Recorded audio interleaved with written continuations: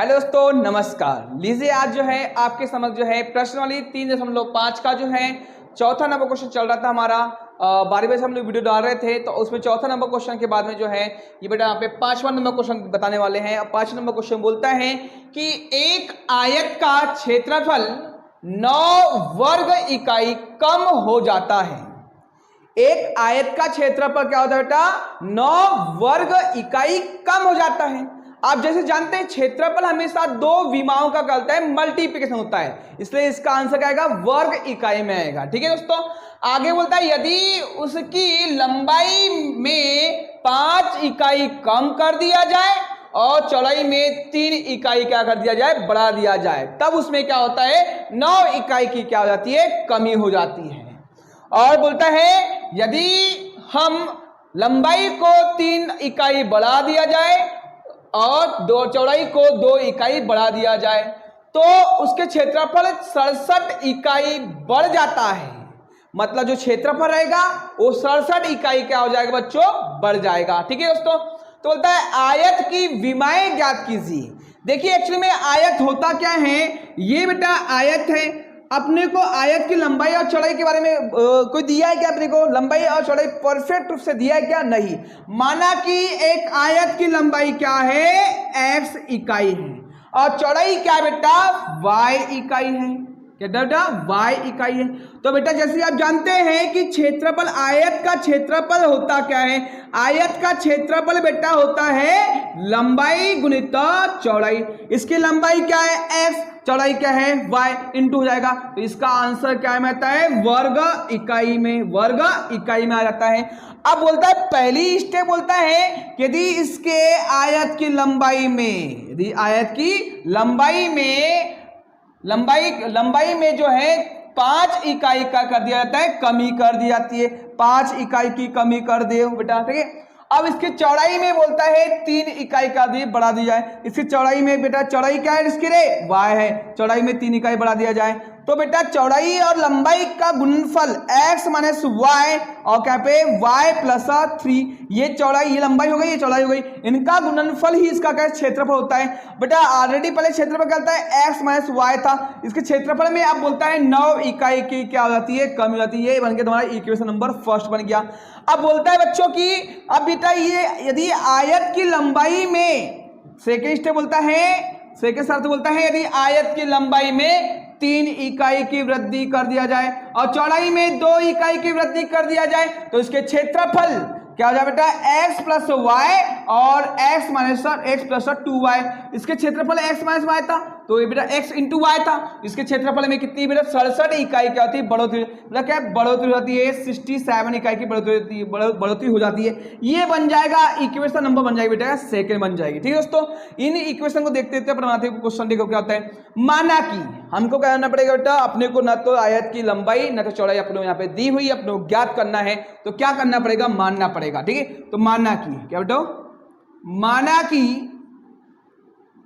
एक आयत की लंबाई x इकाई मान लीजिए तथा चौड़ाई y इकाई मान लीजिए, y इकाई। ठीक है दोस्तों, तो इसीलिए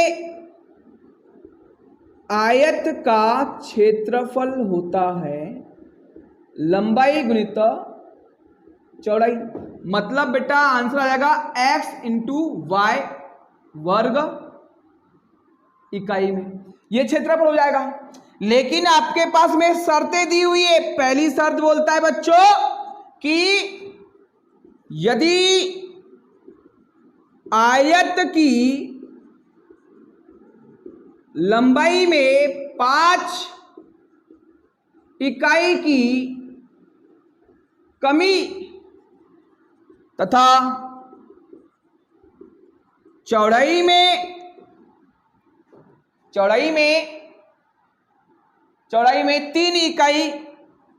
3 इकाई बढ़ा दी जाए तो वह इसके क्षेत्र, तो इसके क्षेत्रफल में 9 वर्ग इकाई की क्या होती है, कमी हो जाती है। ये पहली शर्त है। अब दूसरी शर्त क्या दी हुई है, यदि आयत की लंबाई तथा चौड़ाई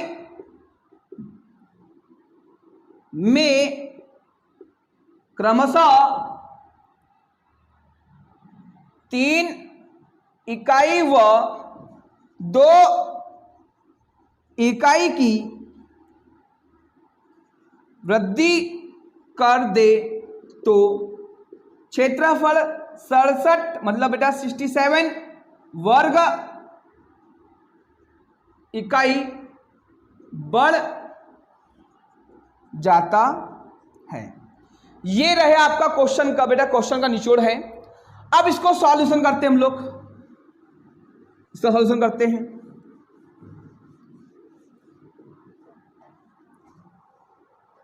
क्या सॉल्यूशन है बेटा, प्रथम शर्त के अनुसार लिखना बेटा पे, प्रथम शर्त अनुसार, पहली शर्त के अनुसार।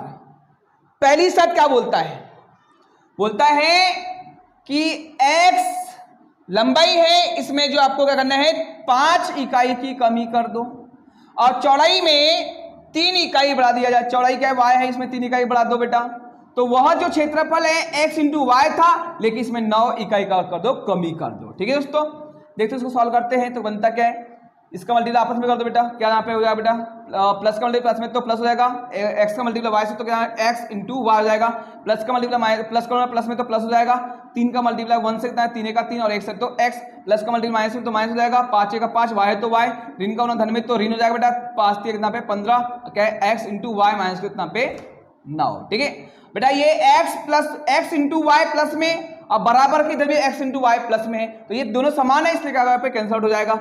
बचा क्या तो अंदर में बेटा, ये क्या है 3x माइनस 5y, इस अचर राशि को तो पसंद कर देंगे, तो यहाँ पे -9 प्लस यहाँ पे 15 हो जाएगा।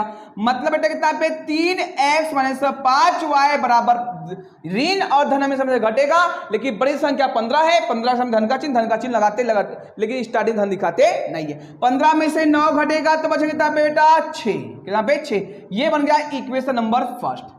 क्या बन गया, चलो यहाँ पे इक्वेशन नंबर बन गया बेटा ये फर्स्ट। ठीक है, अब क्या होता है, द्वितीय शर्त के अनुसार, द्वितीय शर्त अनुसार, दूसरी शर्त के अनुसार, दूसरी शर्त कहता है कि इसकी लंबाई में 3 इकाई बढ़ा दो, चौड़ाई में 2 इकाई बढ़ा दो। इसकी लंबाई क्या थी बेटा x थी, 2 कितना 3 इकाई बढ़ा दो इसमें। चौड़ाई में कितना करना बेटा अपने को, चौड़ाई में आपको करना है बेटा, चौड़ाई में 2 इकाई को बढ़ा दिया जाए। तो बेटा इसका क्षेत्रफल पहले था x minus y, x into y, उसमें क्या करता है बेटा 67 इकाई के कर दो, उसमें वृद्धि कर दो। ठीक है, अब क्या होता है, इनका आपस में मल्टीप्लाई कर दो, एक ब्रैकेट का दूसरे ब्रैकेट में मल्टीप्लाई कर दो, तो धन x का मल्टीप्लाई y से तो x इंटू वाई, प्लस का मल्टीप्लाई प्लस में तो बेटा प्लस हो जाएगा, 2 a का 2, y है तो y, x है तो x। ठीक है, प्लस का प्लस में तो प्लस, तो क्या है 3 का 3, y है तो y, प्लस का प्लस में तो प्लस, 2 या 6 इज इक्वल टू यहाँ पे x इंटू वाई प्लस 67। ये बेटा x इंटू वाई प्लस में, x इंटू वाई प्लस में दोनों ही इक्वल इक्वल है, दोनों ही अदर साइड है, मतलब अपोजिट साइड है, तो क्या होगा कैंसिल आउट हो जाएगा। मतलब बेटा पे 2x प्लस 3y, ये बेटा 67 जहां करेगा उसको भगाना करेंगे -6। बेटा क्या आ जाएगा पे ये 2x plus 3y is equal to बेटा यहाँ पे बन गया पे 67 में से 6 घटेगा तो 61, लेकिन बड़ी संख्या धन का चिन्ह लगाते नहीं है। ठीक है, समीकरण नंबर बन गया क्या 2। ये इक्वेशन नंबर सेकंड और इक्वेशन नंबर फर्स्ट हमने प्राप्त कर लिए। मैं आपको बारम्बार बता दे रहा हूं कि यदि आपको थ्योरेटिकल क्वेश्चन से आपको जो है, यदि आपको जो है बेटा क्वेश्चन मतलब क्वेश्चन से आपको इक्वेशन बनाते आता है, तो मतलब समझ जाना आपको बेटा क्वेश्चन पूरा बन जाएगा। ठीक है बेटा, ये थ्योरी वाले क्वेश्चन में समीकरण बनाना ही सबसे महत्वपूर्ण चीज होती है, जिसको बन जाता है वो बहुत अच्छे से ये क्वेश्चन को सॉल्व कर सकता है, आंसर भी ढंग से ला लेगा। ठीक है दोस्तों, देखते हैं यहाँ पे जगह नहीं, इसलिए मैं मिटा देता हूं इसको यहाँ पे। अब देखिए क्या होता है बेटा, समीकरण नंबर 1 और समीकरण नंबर 2 को क्या करना है, आप चाहो तो आप विलोपन विधि का प्रयोग कर सकते हैं या प्रतिस्थापन विधि का प्रयोग कर सकते हैं, या फिर आप जो है वज्र गुणन का विधि का प्रयोग कर सकते हैं या ग्राफी विधि का प्रयोग कर सकते हैं। आपको जो इजी लगती है, जो एग्जाम में बनाने में आपको ज्यादा समय नहीं लगेगा, उस विधि का प्रयोग करना है। तो मैं अधिकांश बच्चों को जो है विलोपन विधि का प्रयोग करना यहाँ पर सिखाता हूं, ठीक है, जो कि इजी पड़ती है लोगों को, ठीक है। तो देखेंगे विलोपन विधि का प्रयोग कर रहे हैं। कौन सी विधि का प्रयोग कर रहे हैं बेटा? विलोपन विधि। अब विलोपन विधि बोलती क्या है कि आप दोनों ही समीकरण के x x वाले पद को बराबर करो या y y वाला पद को बराबर करो आपके मन के अकॉर्डिंग, ठीक है दोस्तों। लेकिन यहां जैसे कि आप देख पा रहे हैं कि मैं चाहता हूं कि x वाले पद को बराबर करके मैं काटना चाहता हूं और y का वैल्यू पता करना चाहता हूं। तो मैं क्या करता हूं कि ये समीकरण नंबर 1 में x के सामने में जो संख्या है ना बेटा, उसका मल्टीप्लाई समीकरण नंबर 2 में कर दो, और समीकरण नंबर 2 में जो x के सामने जो संख्या है बेटा, उसका गुणा कर दो समीकरण नंबर 1 में, ऐसा कर दो। तो इससे क्या होगा कि स्टार्टिंग का जो x वाला पद है वो इक्वल हो जाएगा, और उसको घटाने पर लिखूंगा तो ये क्या हुआ, x वाला पद कट जाएगा, y का वैल्यू निकल आएगा कुछ, और फिर y का वैल्यू को समीकरण नंबर 1 में रख देंगे तो उससे हमको x का वैल्यू निकल आएगा। इस प्रकार जो आपको जो है ये आयत की जो है लंबाई और चौड़ाई अपने को ज्ञात हो जाएगी। देखते करते सॉल्व ऐसे करते हैं, ठीक है। तो लिखेंगे यहाँ पे क्या, समीकरण नंबर 1 में कितने का बेटा, 2 का, कितने का, 2 का, तथा समीकरण नंबर 2 में 3 का गुना करके घटाने पर, गुना करके घटाने पर। तो समीकरण नंबर 1 में कितने का, 2 का, समीकरण 2 में कितने का, 3 का, 2 तिया 6 और x है तो x, माइनस है तो माइनस, 2 पंचे 10, y है तो y इज इक्वल टू 2 छक्का 12, फिर 2 तिया 6 और प्लस है तो प्लस, 2 3 तिया 9, y है तो y, और 61, क्या 61 का मल्टीप्लाई करेंगे तो 3 का 3 एका 3, 3 छक्का 18, 3 छक्का 18। अब करके घटाने पर, तो धन का ऋण और बेटा धन का ऋण, ठीक है। ये 6x प्लस में है, 6x ऋण में है, तो दोनों क्या है बेटा, कट जाएगा, क्योंकि एक बार धन में एक बार ऋण में, और बराबर पे कट जाता है।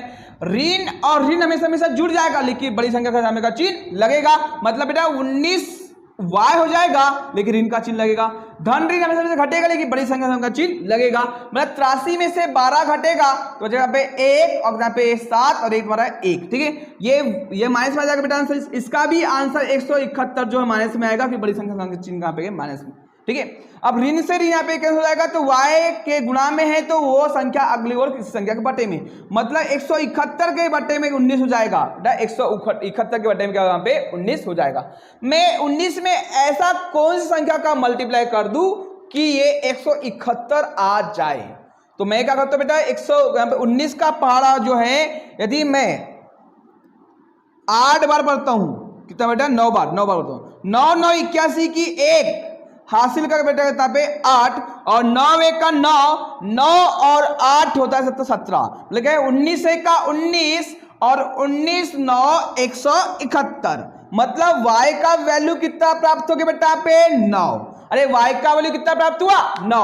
अब बेटा ये y का मान को समीकरण नंबर 1 में रख देते हैं, ठीक है, समीकरण नंबर 1 में रख देते बेटा, लिखेंगे यहाँ पे कि y का मान समीकरण नंबर 1 में रखने पर, चूंकि समीकरण नंबर 1 क्या दिया है, 3x minus 5y is equal to 6। इस समीकरण में y के स्थान पर आपको 9 रख देना है, इस प्रकार आपको जो है यहां से x का वैल्यू हमको पता हो जाएगा।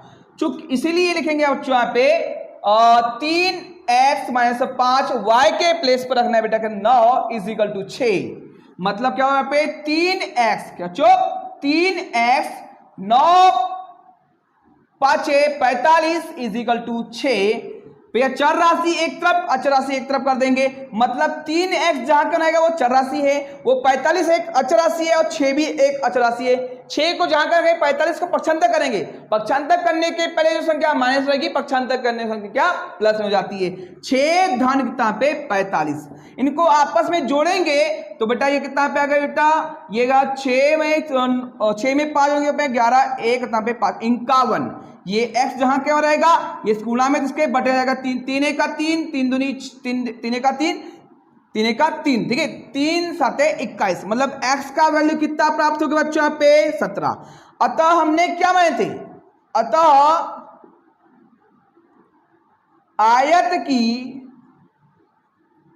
लंबाई x बराबर 17 इकाई एंड चौड़ाई y बराबर 9 इकाई होगी। यह रहा आपका जो है एग्जाम यहाँ पे प्रश्न वाली 3.5 का जो है चौथा नंबर क्वेश्चन का जो है 5वां क्वेश्चन का सॉल्यूशन जो है कंप्लीट रहा आपका जो है लंबाई और चौड़ाई ज्ञात करने वाला था आयत की, जिससे आपके पास में ये सब कंडीशन रखी थी। हमने इसको जो है x और y का मान निकाल लिए और x का मान को अपन ने क्या माने थे, अपन ने लंबाई माने थे और y के मान को अपन चौड़ाई माने थे। इस प्रकार जो है लंबाई अपनी निकली x बराबर 17 इकाई और चौड़ाई बराबर यहाँ पे 9 इकाई, जो कि हमारा ये कंप्लीट सॉल्यूशन रहा। ठीक है दोस्तों, अब इसके बाद में जो है हम लोग नेक्स्ट एक्सरसाइज जो है 3.6 देखने वाले हैं कल से, मतलब नेक्स्ट वीडियो में देखने वाले बच्चों लोग। ठीक है, तो बेटा मिलते हैं नेक्स्ट वीडियो में। धन्यवाद दोस्तों।